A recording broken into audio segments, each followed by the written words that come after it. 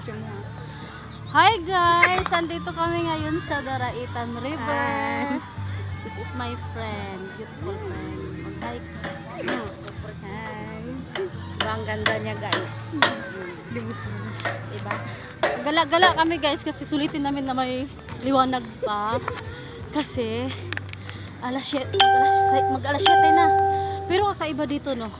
Kasi kahit mag-alas 7 na, may liwanag pa siya. Kung sa Antipolo to, madilim na. Pupunta kayo tayo doon. Please support. Support my page. Ang kalukuhan to. Ang ganda dito no. Sobrang. Iniisip ko talaga. Ano kaya tayo dyan? Nagpara. Saan? Picture tayo dyan. Sige. Huwag kami nakakapit. Sige. Mag-tupis. Magdala kang tupis? Hindi, itong bra lang. Tapos panty. Oo nga!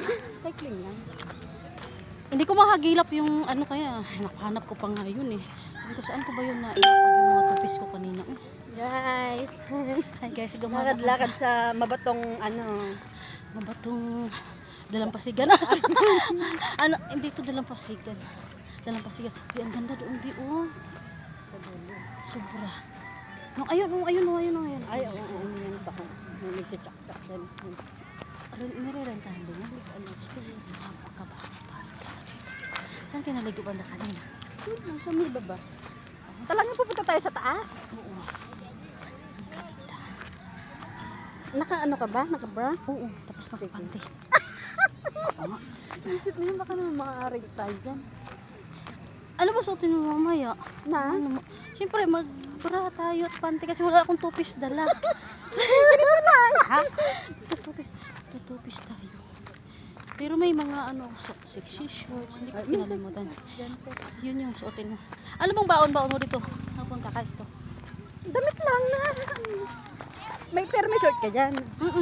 Gusto mo Meron suotin? ka? Oo. Pwede mamaya. Suotin mo Tapos yun? ano lang. Sige. Pwede nga mamaya na. Pag madilim na, para hindi makita yung ano, kaluluwa. Kaluluwa. Ay, nag-aman pa madilim dito. Balik na tayo. Hi. Bye-bye.